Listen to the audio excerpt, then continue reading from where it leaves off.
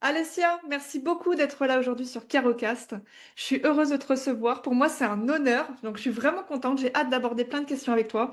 Et justement, pour commencer, est-ce que tu as envie de partager quelque chose, une émotion ou, ou quelque chose que tu as envie de nous dire? Alors déjà, Carole, je voudrais te remercier pour cette invitation et je suis vraiment très, très, très heureuse d'être là et de partager ce moment avec toi et indirectement avec les personnes qui nous écouteront ou nous verront.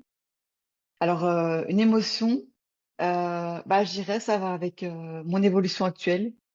J'ai vraiment envie de partager avec les gens, que ce soit mon expérience ou avec les gens en général, parce que je me rends compte que, un peu comme on en a discuté avant le podcast, les gens ont vraiment besoin de connexion, de réelle connexion. Ils ont besoin d'humains. Et en fait, je dirais que l'émotion du jour ou même du moment, c'est de recréer, comme tu l'as dit, vraiment, je suis en accord avec ça, de l'humain dans cette humanité qui parfois manque un peu d'humanité. Donc, c'est pas une vraie émotion, mais en même temps, si, parce que c'est une émotion de cœur. Waouh, trop beau. Merci beaucoup pour ce partage. Et du coup, est-ce que c'est quelque chose qui a toujours été naturellement au fond de toi, justement, ce besoin de connexion, ou est-ce que c'est quelque chose qui est apparu avec le temps? Ça a toujours été là, depuis toute petite, et je crois que pour la plupart des êtres humains qui ont besoin de ça, ça a toujours été en nous. C'est juste que parfois, quand on est enfant, parce que la famille où on est, l'école, enfin, on va dire les règles de la société, ne nous permettent pas toujours de faire ça. Parce que finalement, j'ai remarqué depuis toujours dans cette société, il y a une espèce de refus de la profondeur des émotions. C'est des choses qui ne sont pas abordées ni quand on est enfant, ni à l'école. On ne nous apprend pas à connecter nos émotions et notre profondeur. Mais la réalité, c'est que je crois que je fais partie de ces nombreux enfants quand je l'étais, qui avaient besoin et qui ont toujours besoin de profondeur et de connexion. Et donc, ça a toujours été là. C'est juste que plus jeune, j'en souffrais parce que pas possibilité de pouvoir l'exprimer, cette profondeur, parce qu'on ne me donnait pas l'espace ou parce que j'avais l'impression que je ne pouvais pas avoir l'espace. Et donc, ça a toujours été là, la grande nuance entre quand j'étais enfant et maintenant en tant qu'adulte. Avant, je pouvais pas l'exprimer. Maintenant que je me l'autorise pleinement, je me suis rendu compte que être dans ma profondeur, être dans une vraie connexion et avoir envie de connecter avec les autres et avec la profondeur des autres aussi, avec une forme aussi de tolérance, ça m'a libérée en fait. Ça m'a fait que je me sens mieux aujourd'hui. Donc je crois que ça pourrait aider d'autres personnes aussi, un jour, qui ont cette profondeur en eux et cette envie de connexion aussi profonde, en se connectant pleinement à eux-mêmes et aussi aux autres, de se rendre compte que c'est vraiment libérateur de s'octroyer tout ce qui existe en nous et également notre vulnérabilité, parce que souvent c'est ça qu'on fuit. J'adore ce mot vulnérabilité. C'est vraiment quelque chose, comme tu le dis, qu'on fuit, hein, moi la première. Et du coup, comment ça se manifeste? Comment tu peux l'expliquer justement pour que les gens puissent se connecter à ça, à leur vulnérabilité quelque part et à l'accepter surtout? Eh bien, je dirais qu'un des meilleurs moyens, c'est de vraiment prendre conscience. Alors déjà, si on n'arrive pas à prendre conscience de qui on est profondément, parce que voilà, pour moi, la vie, c'est quoi? C'est un être, une conscience qui vit dans un corps humain, l'expérience de la vie humaine, et pas un corps humain qui de temps en temps se rappelle qu'il est conscience.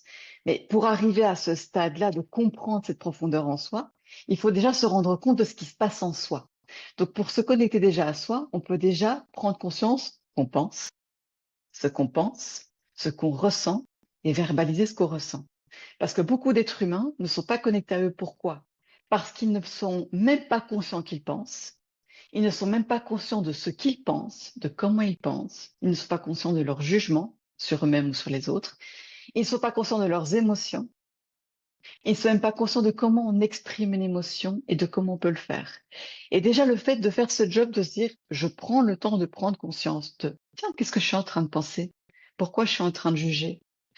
Qu'est-ce que je ressens? Quelqu'un m'a dit quelque chose et, ah, en fait, je sens que ça m'impacte. Où est-ce que ça m'impacte? Qu'est-ce que ça me fait ressentir? Est-ce que ça me rappelle quelque chose? Je veux dire, tu vois, c'est un exemple que je te donne là, mais de faire cet effort, de se dire, qu'est-ce qui se passe en moi? Et le fait déjà de se dire, je vais prendre conscience de ce qui se passe en moi et essayer de mettre des mots dessus, de le verbaliser, de le sentir, de le sortir de moi, va permettre déjà à connecter à plus de profondeur. Parce que quand tu fais l'effort de te dire, qu'est-ce qui se passe en moi, d'office, tu es dans la profondeur. Et quand tu prends le temps de dire, qu'est-ce qui se passe en moi, pourquoi j'ai été touché, déjà là, quand tu fais ça, tu t'octroies être vulnérable. Plutôt que de dire non, non, mais ça m'a pas touché, alors qu'en fait, si, ça t'a mis en colère, mais tu l'as refoulé, ou ça t'a rendu triste, mais tu l'as refoulé. Dès que tu te dis, qu'est-ce qui se passe en moi? Et tiens, j'admets que ça me fait mal. J'admets que ça me met en colère. Du moment où tu reconnais que ça fait mal, déjà là, tu acceptes ta vulnérabilité. Après, à voir avec le temps, est-ce qu'on arrive à l'exprimer réellement, cette vulnérabilité? Mais déjà, faire ce premier pas, c'est déjà apprendre à se connecter avec sa vulnérabilité, la reconnaître, l'accepter, et puis plus tard faire le job de même la verbaliser envers quelqu'un qui nous rend vulnérable.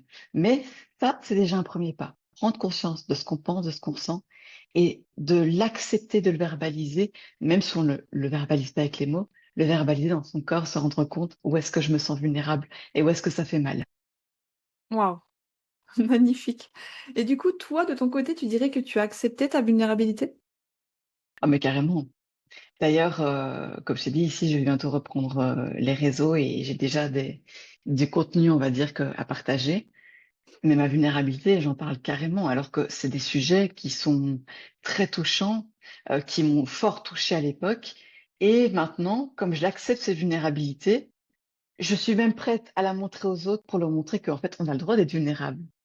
On a le droit d'être en faiblesse, pas parce qu'on est faible, mais parce qu'on a le droit de reconnaître que c'est un moment où c'est compliqué.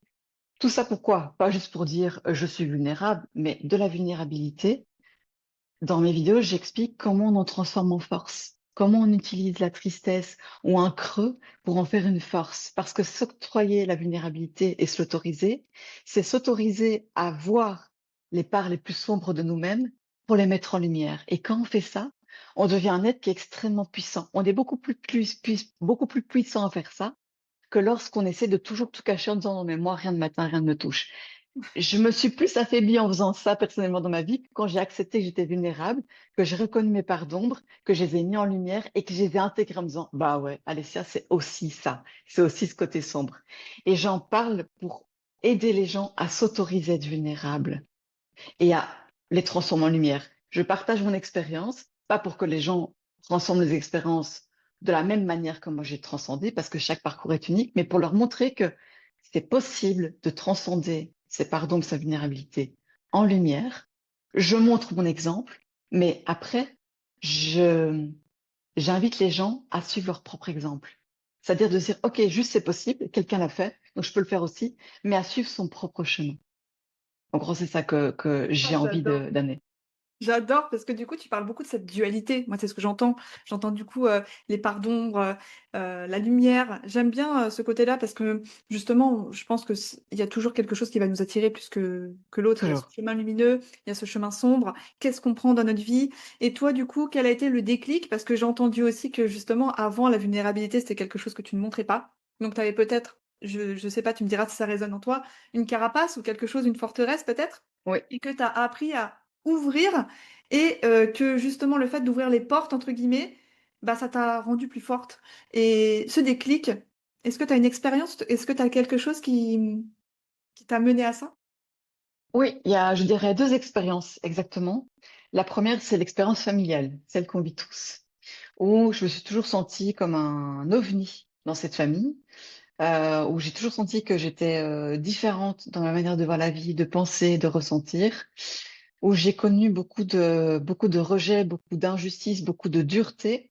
Et la dureté, l'injustice et le rejet pour un être ultra sensible que j'étais et que je suis toujours, sauf que je ne suis plus en ingérence émotionnelle, c'était très, très, très, très, très dur.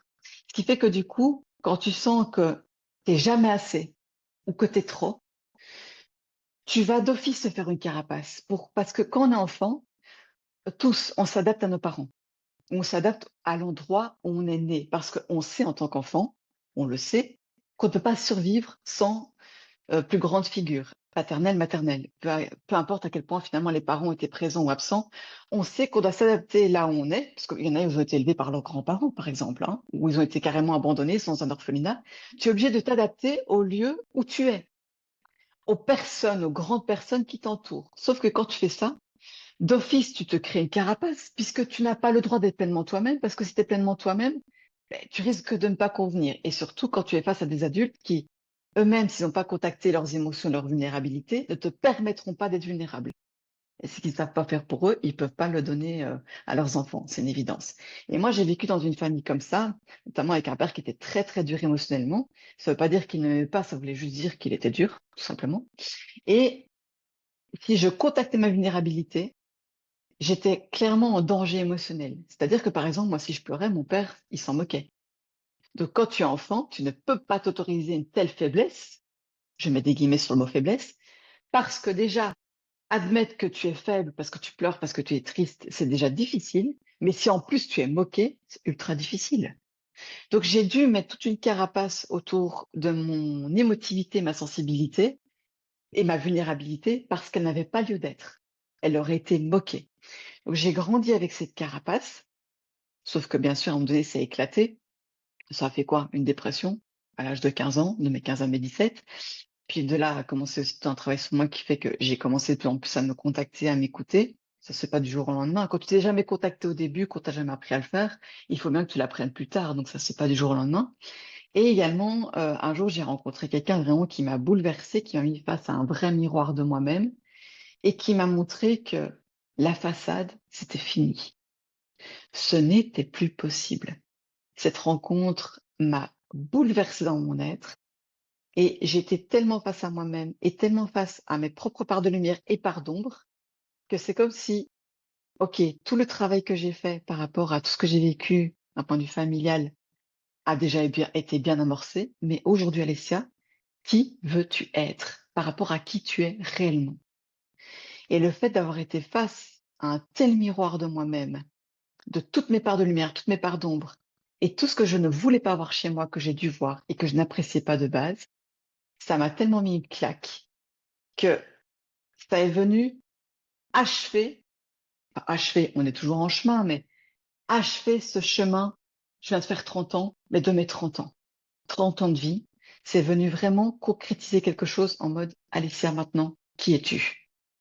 Et qu'est-ce que tu veux montrer au monde?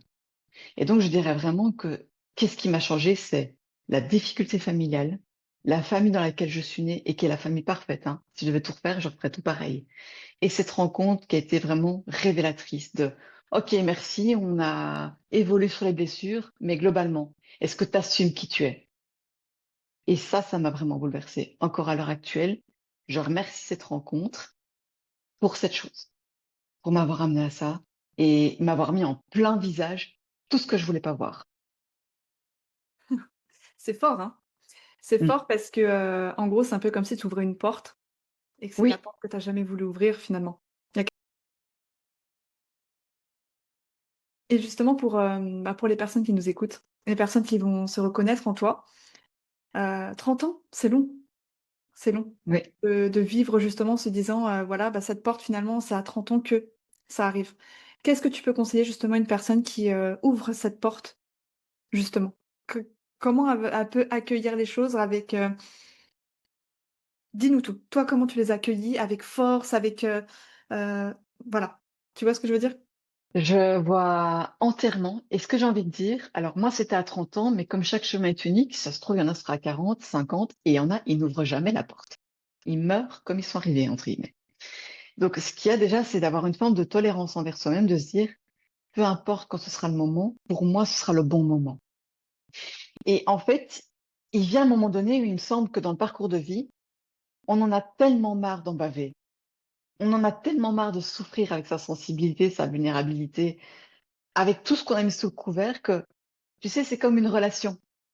Et je vais faire le parallèle avec la relation de soi à soi. Tu es en relation avec une personne toxique. Ben, elle va être toxique. Ok, tu le vois pas, tu mets sous le tapis. Elle va être de plus en plus toxique. Ok, tu vois pas, tu mets sous le tapis. Ouais, mais maintenant, elle te frappe. Qu'est-ce que tu fais? Ah, je vais rester encore un peu. Ça va passer. Non, il y a que, à un moment donné, il va falloir que tu quittes cette relation. Et pour la quitter, on va te mener à une extrême, la vie, pour te pousser à partir. Un jour, il y aura le dernier geste, la dernière parole violente, le dernier acte toxique qui va te faire comprendre que cette fois, c'est fini. Et moi, de la relation de moi à moi, ça a été ça. C'est j'ai encaissé de la toxicité, de la méchanceté gratuite, de l'injustice, de l'abandon, du rejet, tout ce par quoi l'âme peut passer. Et j'en ai tellement souffert qu'à un moment donné, j'ai dit, je ne peux plus, la corde, elle craque. Et le jour où la corde, elle craque, il y a un changement. La corde, elle est craquée et quelque chose se fissure parce qu'il y a des fissures qui doivent se créer dans la vie pour recréer de vraies réunions, mais des réunions de soi à soi. De est-ce que maintenant je vais m'apporter à moi ce que les autres n'ont jamais pu m'apporter? Est-ce que maintenant je suis prête à m'apporter à moi l'amour qu'on ne m'a jamais vraiment donné, que je méritais? Tu as une cassure qui se fait en toi par rapport au monde extérieur pour te ramener à une vraie liaison à toi. Et j'ai remarqué que l'humain, souvent, a besoin d'aller à un tel niveau de souffrance pour que la corde, elle craque, pour se retrouver. Mais un truc qui est merveilleux. Le jour où tu te retrouves, que tu fais l'effort de te connaître, de t'embrasser vraiment, et je fais le geste parce que c'est vrai pour ceux qui nous voient, tu te rends compte que tu n'as plus besoin de passer par la souffrance et la douleur que pour continuer à t'embrasser. Mais on est tous nés dans un monde où globalement les parents ne nous ont pas appris à nous aimer nous-mêmes et nous ont appris à jouer un rôle et à être ce qu'ils attendaient de nous. La société attend des choses de nous, l'école attend des choses de nous. Regarde, on a tous les mêmes cours alors qu'on est tous des êtres différents. On a tous le même examen alors qu'on est tous des êtres différents. La société a des attentes sur nous déjà quand on est tout petit et nous nous adaptons. Et si on veut être vraiment serein et heureux un jour, la vraie joie de vivre, je parle, on doit craquer cette corde avec l'extérieur, la famille, la société, les attentes de la société. Ça fait mal, c'est douloureux parce qu'on nous a jamais appris à le faire. Mais le jour où tu te trouves toi, que tu t'enlaces, que tu t'embrasses, tu sais que tu n'as plus besoin de souffrir. Tu sais que la souffrance a été pour amener à la cassure qui t'a mené à une vraie retrouvaille de toi.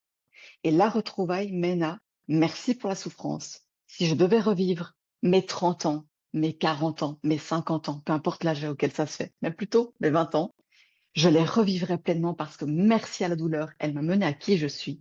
Mais maintenant que je me suis retrouvée et que je sais qui je suis, que je me connais et que maintenant le chemin, je le fais vers moi et plus vers l'extérieur, je sais que la douleur n'est plus nécessaire. Vraiment. Waouh!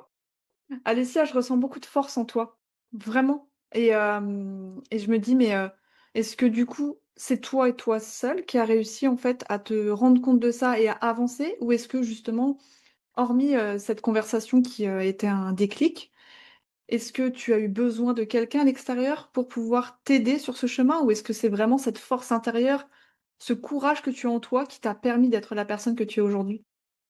C'est une très très bonne question et j'adore cette question parce que la réponse, c'est les deux. En fait, je dirais que j'ai eu besoin des autres pour être qui je suis, mais j'ai eu besoin de moi et de l'effort envers moi-même pour devenir qui je suis. Je m'explique. Dans ma vie, comme tout le monde, il y a eu des gens qui m'ont fait la misère, je mets des guillemets là-dessus, mais c'est pour mettre un qualificatif pour qu'on comprenne. Il y a eu des méchants et des gentils dans ma vie. Il y a eu de ceux qui m'ont détruit, volontairement, involontairement, détruit, m'ont mené, enfin oui, de destruction de moi-même, c'est vrai, volontairement ou involontairement. Et il y a ceux qui m'ont vraiment tendu la main et qui ont été là pour moi et qui m'ont apporté de l'amour. Et le fait d'être face à ces différents miroirs, les méchants, les gentils, les inconscients, les plus conscients que j'ai pu rencontrer dans ma vie, m'ont mis face à différents reflets de moi-même que je n'aurais pas pu voir si j'étais toute seule sur une île déserte.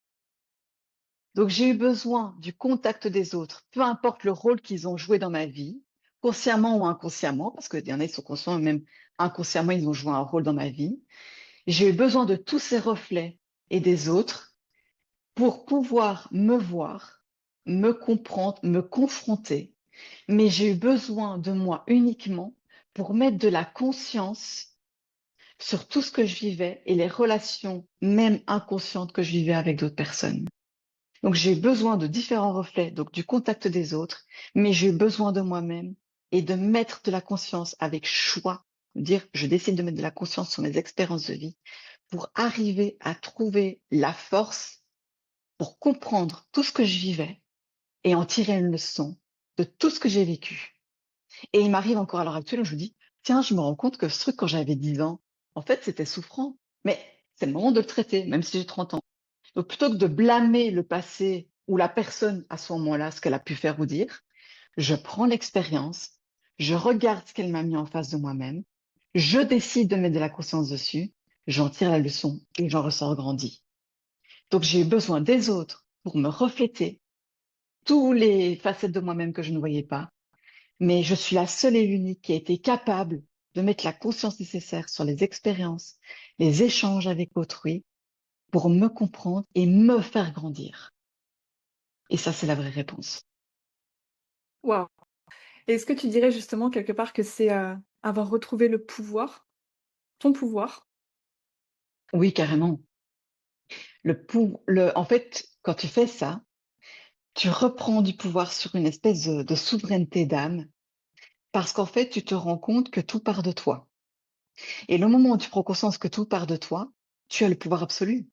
Ça veut dire que peu importe ce que font les autres, ce qui se passe dans le monde, ce qui a été dit, ce qui a été fait, les actes manqués, tu sais que tu as le pouvoir de transmuter chaque expérience à ton avantage. Tu sais que même de la souffrance, tu peux en tirer un accroissement et quelque chose qui te grandit et te révèle pleinement à toi-même. Donc clairement, quand tu prends conscience que tu es acteur pleinement, pas de ce qui se passe autour de toi, mais de ce qu'il se passe en toi, tu as le pouvoir absolu. Et pour toujours. J'adore. Est-ce que tu aurais un exemple concret? Oui, un exemple très concret, oh, et qui va parler à certaines personnes. Par exemple concret, moi dans ma famille, il y a toujours eu de grandes différences. Donc dans ma famille, de base, on est une famille de quatre, donc j'ai une petite sœur. Et il y a toujours eu des différences. Toujours. J'ai un papa qui nous aime, mais qui nous aime pas pareil. Et encore à l'heure actuelle, donc j'ai eu une grosse coupure avec mon père pendant 10 ans. Je sais pas eu pendant 10 ans, puis je suis revenue vers lui. Et là, j'ai reconnecté avec lui depuis 3 ans. Et en 3 ans, j'ai pu observer, toujours de la différence. Toujours. Et un exemple concret que j'ai compris dans cette situation, c'est que on ne peut pas forcer quelqu'un à nous aimer pareil que quelqu'un d'autre.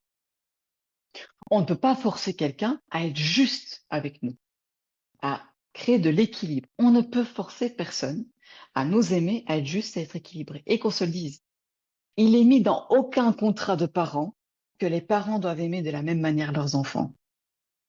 Et je sais qu'il y en a plein qui souffrent d'injustice dans leur famille, qui croient qu'ils vont récupérer une espèce de justice qu'ils ne trouveront jamais. Les parents n'ont aucun devoir, si ce n'est de leur conscience, que d'être juste avec nous et d'être équilibrés avec les frères et sœurs. Cependant, avant, j'ai essayé de rétablir l'équilibre à l'extérieur. J'ai essayé de faire comprendre que je vivais de l'injustice, que par A plus B, si on observe les faits, il y a de l'injustice émotionnelle et sur d'autres plans. J'ai essayé de le prouver et de faire prendre conscience à mon entourage que c'était le cas pour qu'ils puissent créer le changement. Mais personne n'a voulu créer le changement. Donc, quand je reviens en moi, je me dis, qu'est-ce que tu peux faire, Alessia? La situation, elle est comme elle est. Donc d'abord, je me suis mise à accepter la situation, de me dire, c'est un fait, c'est comme ça. C'est un fait, c'est comme ça. Maintenant, Alessia, finalement, pourquoi est-ce que tu cherches la justice? Parce que tu as besoin de quémander l'amour d'un père que tu n'auras jamais. C'est-à-dire qu'il m'aime à sa façon, mais il m'aime pas comme moi j'aurais voulu qu'il m'aime. Pourquoi as-tu autant besoin de créer de l'équilibre, de la justice et de trouver l'amour? Si on ne peut pas te le donner dehors, est-ce que tu n'essayerais pas dedans? Ah, un jour, c'est ce que j'ai fait. Il s'est passé un gros événement qui m'a beaucoup bouleversée, une fois de plus avec mon père, où je me suis rendu compte que très clairement, il serait toujours injuste. Il serait toujours injuste et il ne m'aimerait jamais comme moi j'ai eu besoin d'être aimée. Donc, j'ai fait un truc, c'est que j'ai été contacter la petite Alessia et c'est moi qui lui ai apporté, en tant que bon parent que je suis avec mon enfant intérieur qui existe toujours et qui existera jusqu'à la fin de mes jours, j'ai été moi-même lui apporter la justice, l'équilibre et l'amour dont elle avait besoin. Et je me suis rendu compte du pouvoir que j'avais. Ah, en fait, ok, qu'est-ce qui se passe dans mon monde? Ah, il y a de l'injustice? Ok, c'est vrai que c'est un fait, c'est observable. Est-ce que je vais en souffrir et essayer de rétablir à l'extérieur quelque chose qui n'est pas possible à rétablir? Non.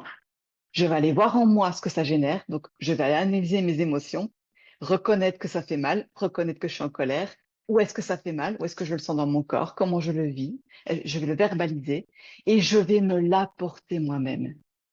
Et ce qui est merveilleux quand tu comprends que toi-même, tu peux t'apporter toute la justice, tout l'amour que tu n'auras jamais à l'extérieur, c'est que tu prends ton pouvoir.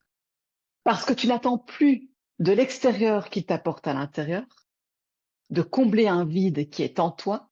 C'est toi-même, avec ta propre conscience, ta capacité à le faire, que tu t'apportes, t'embrasses, tu t'enlaces une fois de plus et tu dis, ah, je vais apprendre à m'aimer. Je vais apprendre à aimer l'être merveilleux que je suis. Je vais apprendre à m'apporter toute la justice que je mérite, tout l'équilibre que je mérite. Et quand tu fais ça, tu n'es même plus en bisbille avec les autres parce que tu n'attends plus d'eux quelque chose qu'ils ne t'apporteront jamais parce que tu sais le faire toi-même. Et de là, dans aucune relation, tu n'as plus cette emprise de l'autre sur toi parce que l'autre ne pourra plus jamais t'apporter quelque chose que tu sais toi-même t'apporter.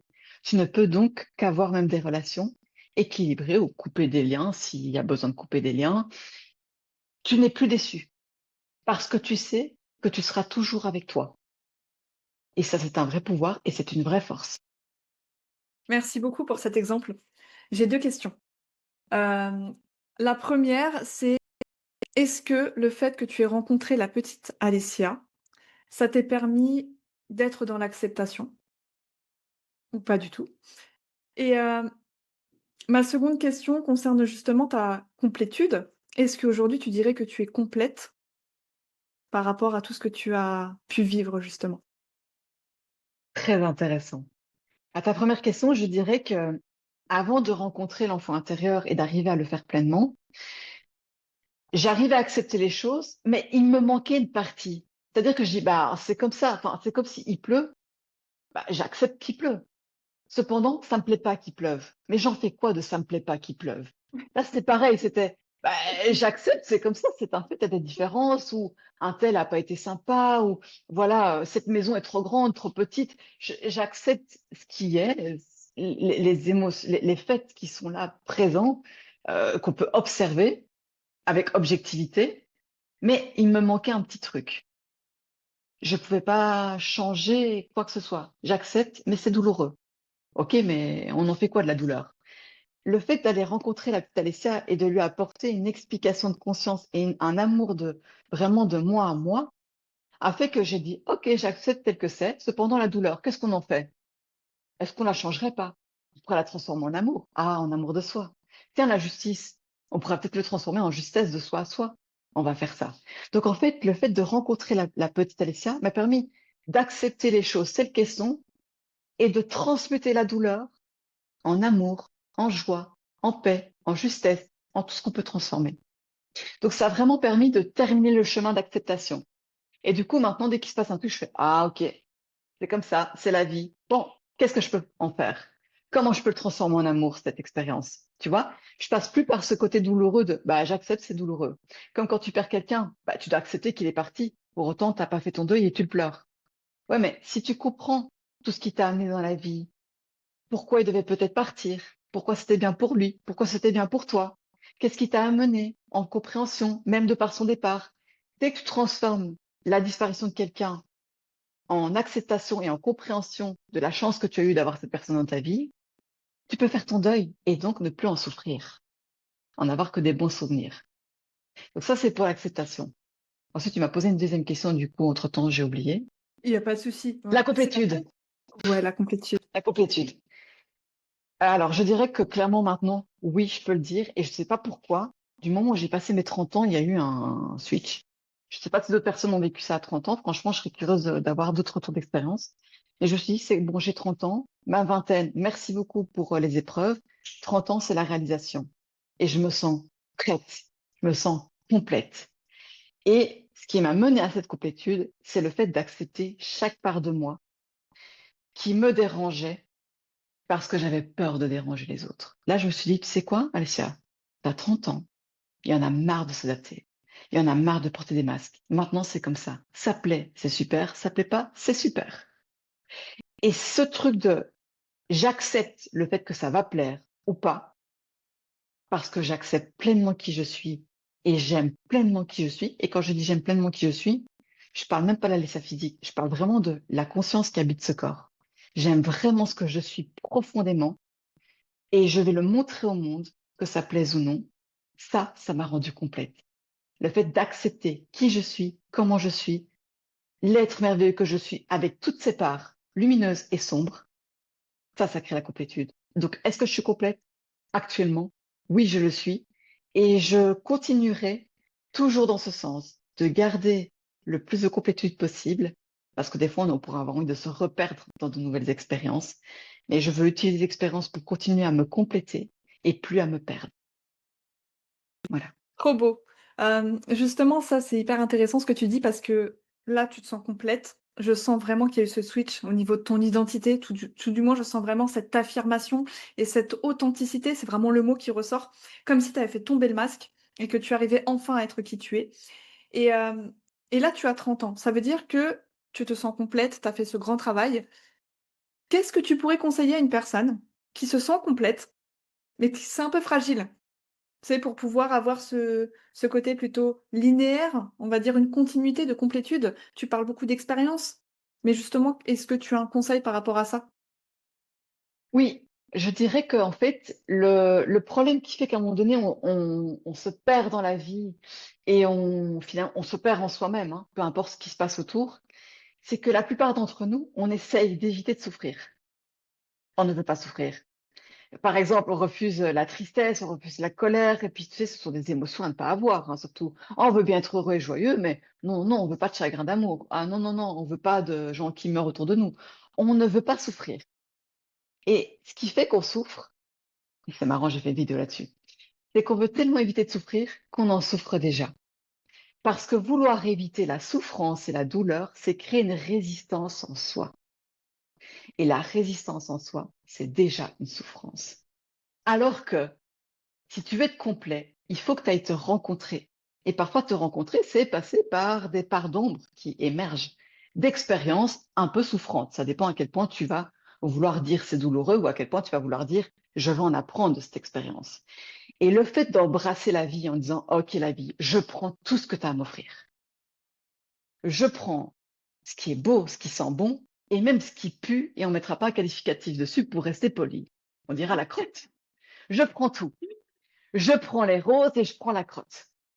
Les roses, ça fait du bien de sentir un bon parfum. La crotte permet de travailler sur soi et de se comprendre et de se trouver. Et qu'est-ce qui crée la complétude? C'est d'embrasser les moments joyeux de la vie et d'embrasser les moments difficiles pour grandir. Parce que je vais te dire un truc, moi les gens qui ont été gentils avec moi, qui m'ont tenu la main et qui m'ont fait des courbettes ou qui ont été gentils avec la parole, merci, ils m'ont fait du bien, mais ils m'ont pas fait grandir. Ils m'ont juste montré que je méritais de l'amour. Ou oui, peut-être une part de moi lumineuse que je n'acceptais pas non plus de voir. Parce qu'on peut ne pas accepter des parts lumineuses de soi aussi, hein. Il n'y a pas que les parts d'ombre. Alors que ceux qui m'ont fait la misère, consciemment, inconsciemment, intentionnellement ou non intentionnellement, ils m'ont permis d'aller mettre les mains dans le cambouis et dans le cambouis de moi-même. Et de ça, qu'est-ce que j'en fais? Qu'est-ce que j'en fais? Donc, qu'est-ce qui a créé la complétude en moi et qui l'a créé aujourd'hui? C'est que je ne veux pas éviter de souffrir, je veux embrasser la vie avec tout ce qu'elle m'a apporté de la meilleure manière qui soit. Et des fois, la meilleure manière qui soit, c'est la difficulté, c'est le challenge. Et donc, pour être complet, il faut accepter que il y a des choses qui sentent bon, il y a des choses qui sentent mauvais, il y a des choses faciles et belles et d'autres plus difficiles et moins jolies, mais en les embrassant toutes les deux, comme nos parts d'ombre et nos parts de lumière finalement, en embrassant tous les deux, on peut rester complet. Parce que quand arrive le challenge, on se dit, ah, qu'est-ce que ce Mmh. challenge ultra challengeant, ultra émotionnellement compliqué veut me montrer de moi que je n'ai pas encore vu et qui va me compléter davantage. Donc, la meilleure manière de rester complet, complète, c'est de tout prendre, accepter toutes les expériences pour tout ce qu'elles ont à nous apporter et toutes les facettes qu'elles veulent nous montrer de nous pour se trouver davantage. Waouh, c'est beau. C'est tellement fluide, on a tellement l'impression enfin, c'est même pas une impression, moi, je ressens en tout cas que tu as fait un énorme travail sur toi, du coup, que ça en devient facile de pouvoir le communiquer et pouvoir en parler. Oui. Donc, ouais, tu fait un sacré cheminement, tu as changé, tu as switché complètement d'identité et et du coup, j'ai une question par rapport à, si jamais tu devais mettre un mot sur, le super pouvoir que tu as, ce serait quoi? J'ai un super pouvoir, on va dire, ouais, qui est inné. C'est ma capacité à mettre de la conscience dans tout ce que je vis. C'est-à-dire que c'est comme si, depuis très longtemps, je savais que j'étais une conscience dans un corps physique, sauf que je l'avais pas conscientisé réellement. Pour autant, déjà très jeune, je me disais, OK, pourquoi je vis ça? Et quelle est la raison derrière tout ça? J'ai toujours essayé de vouloir comprendre ce que je vivais. J'étais pas juste une victime de la vie. Pendant un temps, j'ai pu l'être, mais très vite, je me disais, mais OK, Alissa, mais qu'est-ce qu'on en fait de cette expérience? J'avais juste pas les clés et les codes pour comprendre ce que je vivais, mais j'essayais quand même toujours de comprendre pourquoi je vivais ça, de mettre un sens. Je me suis pas juste rangée dans la case, oh, la vie m'a traumatisée. Non. J'ai jamais été une traumatisée de la vie. Pourtant, si je devais raconter ma vie, franchement, il y a des passages, même si je les vois plus comme des traumas, je, je, je crois que tout le monde n'y aurait pas survécu, sans vouloir me jeter des fleurs, mais franchement, il y a eu des passages, c'était quand même particulier. Et tout ça pour dire que j'ai ce super pouvoir, on va dire entre guillemets, mais et qui est accessible à tous, c'est ça qui est beau, de mettre de la conscience sur ce que je vis. Et depuis que j'ai vraiment capté que j'étais conscience d'un corps physique et que je vis l'expérience humaine avec beaucoup de conscience, c'est un super pouvoir parce qu'en fait, comment te dire? Pour moi, la vie, c'est comme un jeu.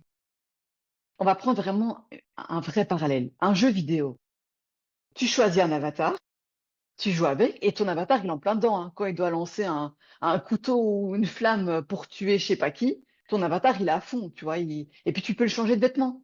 Hein. Une fois, t'es une super guerrière, une fois, t'es quelqu'un ultra chic, j'en sais rien. Tu lui changes de vêtements, tu lui mets un chapeau différent. L'avatar, il change de vêtements, il est à fond dans son jeu. Pour autant, celui qui dirige l'avatar, c'est celui qui est derrière la manette. Nous, c'est pareil. Celui qui dirige là, le corps physique d'Alessia, c'est sa conscience. Donc, je joue pleinement le jeu, mais je ne suis pas le jeu.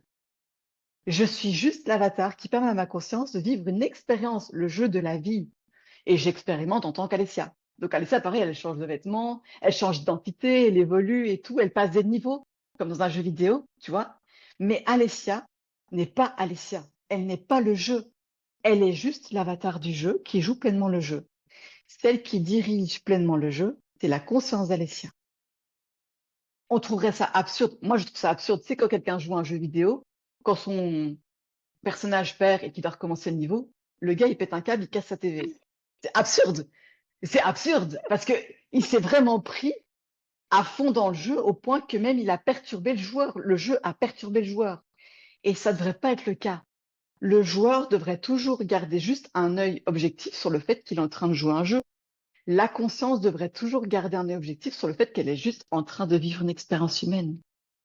Et le super pouvoir qu'on peut tous avoir, c'est de se rappeler que nous sommes conscience, qui joue pleinement le jeu de la vie. On y va à fond. Là, on a envie de pleurer, là, on a envie de péter un câble, on a envie de rire. Mais de se rappeler toujours que je ne suis pas la tristesse, je ne suis pas la colère, je ne suis même pas la joie. Je suis conscience qui expérimente joie, tristesse, colère et je joue le jeu à fond.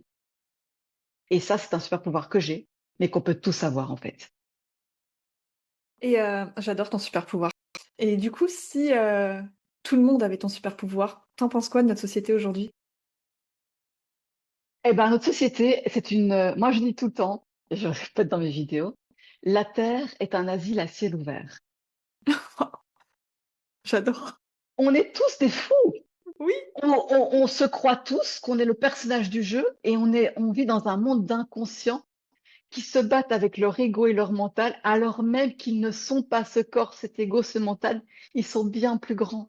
Et moi, je crois que si la plupart des gens, et c'est ça que je veux amener sur les réseaux le plus possible, si la plupart des gens voyaient ce que je vois en eux, et j'ai des larmes aux yeux quand je te dis ça parce que je vois les gens souffrir alors qu'ils ne se rendent pas compte de l'être merveilleux qu'ils sont. Ils sont tellement plus que ce qu'ils croient être et ils se débattent dans leur vie alors même qu'ils sont une conscience merveilleuse qui se débat parce qu'elle croit quel est le jeu. Ils sont le joueur qui pète un câble parce que le jeu ne se passe pas comme il voudrait. Ils se battent avec leur ego, leur mental et ils sont tellement fous dans leur tête que pour moi la Terre, c'est comme un corps humain. Tu vois, un corps humain, quand il a une maladie, prenons le cancer, ce sont des cellules qui ne vont plus bien, qui se multiplient. Mais quand le corps guérit, ce sont des cellules en bonne santé ou qui sont en mauvaise santé qui redeviennent en santé. La Terre et les humains, c'est exactement la même chose qu'un corps physique. Il y a plein de cellules en cancer là. Elles sont toutes pourries alors même qu'elles ont la capacité de guérir. Et si la plupart des humains se reconnectaient à leur conscience et à ce qu'ils sont vraiment intérieurement et qu'ils prennent conscience de ce qu'ils sont, la Terre serait moins malade, on serait moins fou, il y aurait moins de guerre, il y aurait moins de haine, il y aurait plus d'amour et on serait plus unis tous ensemble. On est malade actuellement. Je suis d'accord avec toi. La notion de conscience, elle est hyper importante et j'adore moi, c'est ton personnage là qui joue aux jeux vidéo parce qu'on les a vus sur YouTube, hein, ces jeunes qui cassaient la télé. Même moi, j'avoue, j'étais un petit peu énervée des fois quand je perdais avec mon personnage, mais j'ai pas cassé la télé. Mais, blague à part, est-ce que tu aurais, justement pour clôturer justement cette belle interview avec cette conscience, est-ce que tu aurais un conseil à donner à une personne pour qu'elle arrive justement à pas pour, faire un mauvais jeu de mots, mais prendre conscience justement de son ego et du fait qu'elle est bien plus parce que moi je trouve quand même que tu as une très grande maturité. La conscience aujourd'hui, je trouve qu'on en parle, vers 50-60 ans, même si la, génération Z commence à prendre plus de conscience aussi par rapport à ça. Mais je trouve que tu as une très grande maturité par rapport à ça et j'aimerais que tu puisses donner un conseil ou si tu avais une solution pour que justement on puisse avoir plus de conscience en nous. Eh ben, la vraie solution, hein, et elle est simple, et en même temps extrêmement compliquée parce qu'on n'a pas l'habitude de le faire. C'est comme quand tu muscles un muscle. Bah, au début, quand tu le muscles, il fait mal. Après, quand tu as l'habitude, t'as un petit peu mal, mais ça va. Ton muscle est entraîné. Et c'est exactement pareil. On n'a pas besoin, et ça va paraître absurde hein, pour toute la spiritualité 2.0 New Age, on n'a pas besoin de méditer pendant 4 heures par jour. On n'a pas besoin de faire 40 000 prises de yoga. On n'a pas besoin de faire des cercles de femmes qui s'embrassent, qui s'enlacent et puis qui se tirent dans les pattes quand elles quittent le cercle de femmes. Hein. On n'a pas besoin de voyance ou de tirer les cartes. Et j'ai bonne mine de dire ça parce que j'ai tiré les cartes pendant longtemps. Je les tire encore, mais je ne fais plus de voyance parce que je me suis rendu compte que ça menait à un piège. Bref, on en parlera peut-être une autre fois. On n'a pas besoin de regarder toutes les vidéos d'astrologie et de tirage de cartes qu'il y a sur YouTube. On n'a pas besoin de toutes ces choses. On a besoin de faire une chose qu'on peut faire en permanence. C'est de revenir à l'instant présent en prenant conscience de qu'est-ce que je suis en train de faire? Est-ce que je suis pleinement en train de marcher? Tiens, qu'est-ce que je suis en train de penser? Qu'est-ce que je suis en train de ressentir? Tiens, est-ce que je suis en train de juger cette personne? De prendre le temps de revenir dans son corps, dans son âme et de prendre conscience de ce qu'on est en train de faire. Comment on le fait? Avec quelle conscience? Qu'est-ce que je pense? Qu'est-ce que je ressens? Et ça peut paraître bête. Mais tu sais, par exemple, quand je vais à la salle de sport, que je suis sur le tapis, je me dis, Alessia, sois pleinement consciente des pas que tu fais. Et tu sais que c'est véridique. Quand tu prends conscience que tu es en train de marcher, de la lourdeur de ton pas, je prends cet exemple-là, mais on en prend plein d'autres. Hein. Soudainement, ton énergie, elle change complètement. Tu es comme réénergisé. Parce qu'en fait, tu prends tellement conscience d'un truc que tu es en train de faire, tu mets tellement ton focus sur tes pas, par exemple, que tu es en train de récupérer ton énergie. Elle n'est plus en train de se perdre dans le jugement, dans le passé. Ah, j'aurais peut-être pu faire mieux. Dans le futur. Ah, et comment ça va se passer demain? Tu arrêtes de perdre de l'énergie. Tu reviens à toi, tu te réénergises et tu commences à te recontacter. Tu peux le faire en faisant la vaisselle. Hein. Tiens, je suis en train de pleinement sentir l'eau sur mes mains. Tiens, je suis pleinement en train de repasser. Je prends des exemples bateaux de la vie de tous les jours, mais qu'on fait toutes ou tous. Tiens, je suis en train de boire de l'eau. Qu'est-ce que ça fait de boire de l'eau? Je suis en train de prendre une douche. Qu'est-ce que ça me fait du bien, l'eau qui coule sur moi? Elle est chaude, elle est tiède, elle est froide. Prendre conscience de la vie qu'on est en train de vivre, de faire ce qu'on est en train de faire pleinement, de ce qu'on est en train de penser, de juger. Et pourquoi c'est difficile? Parce qu'on nous a jamais appris à le faire. On nous a appris à nous tracasser de demain, à ressasser le passé, à faire des choses en même temps qu'on est en train de penser à ce que nous a dit notre patron, notre sœur, notre frère, notre père, notre mère. On n'est jamais conscient de ce qu'on fait et c'est ça la névrose de l'humain. Alors pour aller mieux, il n'y a rien à faire si ce n'est que de mettre de la conscience dans sa vie de tous les jours. Là, tu vois, actuellement, je suis pleinement avec toi. Je suis nulle part ailleurs qu'avec toi. Actuellement, la chose la plus importante de ma vie, c'est d'être pleinement avec toi. Quand je mangerai avec mon mari, la chose la plus importante, ce sera de pleinement manger avec mon mari, de pleinement manger ma salade, de pleinement communiquer avec mon mari. La chose la plus importante de ma vie, c'est ce que je suis en train de faire maintenant, avec conscience. Donc, le seul conseil que j'ai à dire, arrêtez de méditer. Enfin, si vous le faites, tant mieux, si ça vous fait du bien. Arrêtez les tirages de cartes, arrêtez les journaux, arrêtez de voir ce qui se passe dehors. Qu'est-ce qui se passe devant? Quelle température se passe en vous maintenant? Et le fait de prendre conscience le plus longtemps possible de ce qui se passe en nous, de ce qu'on fait, va mener à plus de conscience en permanence, qui va mener à une vraie complétude de soi, à une vraie réunion de sa propre énergie. Et ce qui est étonnant quand tu fais ça, tu te rends compte que à ce moment-là, bien sûr que tu es bien plus que ce corps humain. Et tu deviens de plus en plus, et c'est à ça que je veux amener les gens, tu deviens de plus en plus authentique. Parce que plus tu passes du temps avec toi-même, avec tes gestes en conscience, avec tes pensées, tes émotions en conscience, au plus tu te rencontres. Et quand tu te rencontres, tu te rends compte que tu es incroyable. Et quand tu te rends compte que tu es incroyable, tu génères une énergie incroyable.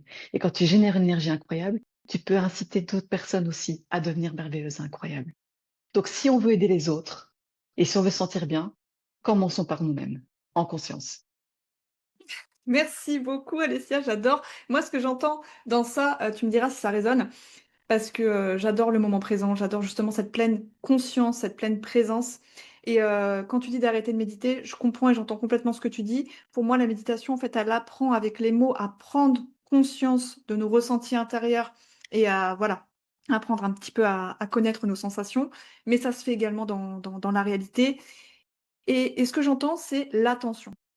En fait, C'est pour ça, moi, ce que j'entends dans ce que tu dis, c'est: arrêtons de donner de l'attention et notre énergie partout, au lieu de la donner à nous-mêmes. Est-ce que ça résonne c'est pour ça. toi, ça? Complètement. Et comme, voilà, comme je dis, ça, je mets une retenue sur arrêter la méditation ou le yoga ou d'autres pratiques, hein. C'est parce que bien souvent, les gens se disent, alors maintenant, je vais méditer pendant 5 minutes, je vais être pleinement conscient. Oui, mais si après, tu as envie d'insulter la terre entière parce qu'on t'a fait une queue de poisson là dans les 5 minutes après, elle est où la conscience? Je veux dire, merci pour tes 5 minutes de méditation, mais elles n'ont servi à rien. Donc en fait, la méditation, le yoga, les cartes peuvent être une béquille, mais qui doit te mener à une espèce de méditation contemplative de ta vie en permanence. Il vaut mieux ne plus méditer pendant une semaine, mais prendre conscience de notre vie de tous les jours, de ce qu'on fait, de pleinement qui on est, de nos émotions, de nos pensées, que de dire tous les jours, j'ai médité 1 heure, hein, mais tu t'es embrouillé comme pas possible avec ta collègue parce que tu n'as pas su communiquer, tu vois. Donc en fait, c'est toutes ces techniques sont de belles béquilles, mais ne doivent pas devenir une espèce de pratique. Parce que qu'est-ce qui s'est passé dans ce monde qui fait que nous sommes tous fous? On nous a appris à être des fers humains, pas être humains. On est des êtres productifs. Donc nous sommes des fers humains, on n'est plus des êtres. Et la spiritualité, qui est pour moi un gros problème dans certaines pratiques, nous a appris à faire des pratiques, faire de la méditation, faire du yoga, faire du reiki, faire des tirages de cartes, faire, faire, faire. La vraie libération n'est pas de faire, c'est d'être. Est-ce que je suis cohérent avec qui je suis? Est-ce que mes actes sont en raccord avec ce que je pense et ce que je ressens et qui je suis? Parce qu'en fait, euh, actuellement, beaucoup se sont perdus dans des actes de spiritualité et se retrouvent à être des fers humains spirituels, mais qui ne sont toujours pas pleinement sereins. Ah, il faut plein de choses, hein. Il faut de l'hypnose, il faut de tout, il faut de tout. Et pourquoi je dis ça? Parce qu'en toute humilité, je suis passée par là, à méditer toute la journée. Voilà. Mais on a besoin d'y passer, c'est important pour se rendre compte qu'il faut en sortir à un moment donné. Hein? Les béquilles, c'est bien, mais si tu veux vraiment marcher, courir, il va falloir les lâcher. Donc, c'est bien ces techniques pour s'initier, mais à un moment donné, on va arrêter de faire, on va être, on va incarner qui on est vraiment. Donc, on va aller se contacter et en mettant de la conscience sur notre vie et en étant dans un état méditatif permanent, parce que moi, quand je te dis que je mets de la conscience, tu sais, quand je marche à la salle et que je prends conscience de mes pas, ou que je prends conscience que je bois, que je prends conscience que je mange, je suis dans un état méditatif, mais les yeux ouverts. Je suis pleinement connectée à moi, les yeux ouverts, à mes sensations, à mon corps, à mes pensées. Je suis en méditation le plus longtemps possible dans la journée, les yeux ouverts. Et je préfère cet état-là. Et d'ailleurs, je me sens plus sereine que quand je disais, oh, je vais méditer pendant 1 heure sur Joe Dispenza. J'adore Joe Dispenza. Mais voilà, et je respecte ses travaux et ce mec est absolument incroyable. Ces méditations m'ont aidé, mais à un moment donné, merci pour la théorie, mais passons à la pratique. Et la pratique, c'est tout le temps ici et maintenant. Même dans les rêves. Tu peux être conscient que tu rêves et tu peux être conscient de ce que tu rêves dans ton rêve. Ça peut être tout le temps. C'est génial ce que tu dis. En tout cas, moi, je me retrouve exactement dans les faire, hein, bien sûr, je suis très productive et justement, moi, avec le temps, je prends conscience que c'est dans le moment présent que tu peux méditer, que tu peux manifester. C'est des mots qu'on aime On bien utilise. Oui, et qu'on utilise, mais justement parce que tu es connecté à ton moment présent et c'est c'est ça ça. qui est très fort. Ça qui est très Oui. fort. Hem, Alessia, merci infiniment parce que ton partage, il est d'une richesse. Pour tous les auditeurs qui nous écoutent, bien évidemment, je mettrai le lien pour pouvoir te contacter, pour pouvoir avoir accès, à la personne que tu es. Comme ça, s'ils veulent échanger avec toi directement ou venir, voir ce que tu fais, bah, voilà, ils auront accès directement. C'était un honneur pour moi de te recevoir. Est-ce que tu as envie de faire un petit partage pour, le mot de la fin? Eh ben, le partage, ce serait moi qui te remercie parce que tu vois, ce qu'on fait là, je sais pas combien de personnes nous verront, nous écouteront, mais tu sais quoi? Si ce qu'on a fait là aujourd'hui, dans ce partage qui est extrêmement agréable pour moi, que d'être avec toi et de partager ce moment, au-delà de partager mon histoire, parce que, en fait, mon histoire, on s'en fout. C'est qu'est-ce que ça va faire chez les autres? Si on a pu aider une personne avec cet échange, on aura fait quelque chose d'énorme. Je t'ai dit, la planète est une planète d'êtres malades et de fous. Si on a pu amener plus de conscience à quelqu'un qui était inconscient et qui était inconsciemment inconscient, alors on aura fait un job merveilleux toutes les deux. Merci beaucoup. Merci infiniment et puis, bah, écoute, en tout cas, moi, je continue à suivre tes aventures avec grand plaisir et merci à tous nos auditeurs qui nous ont écoutés, pour ce très bel épisode. Et on se dit à bientôt.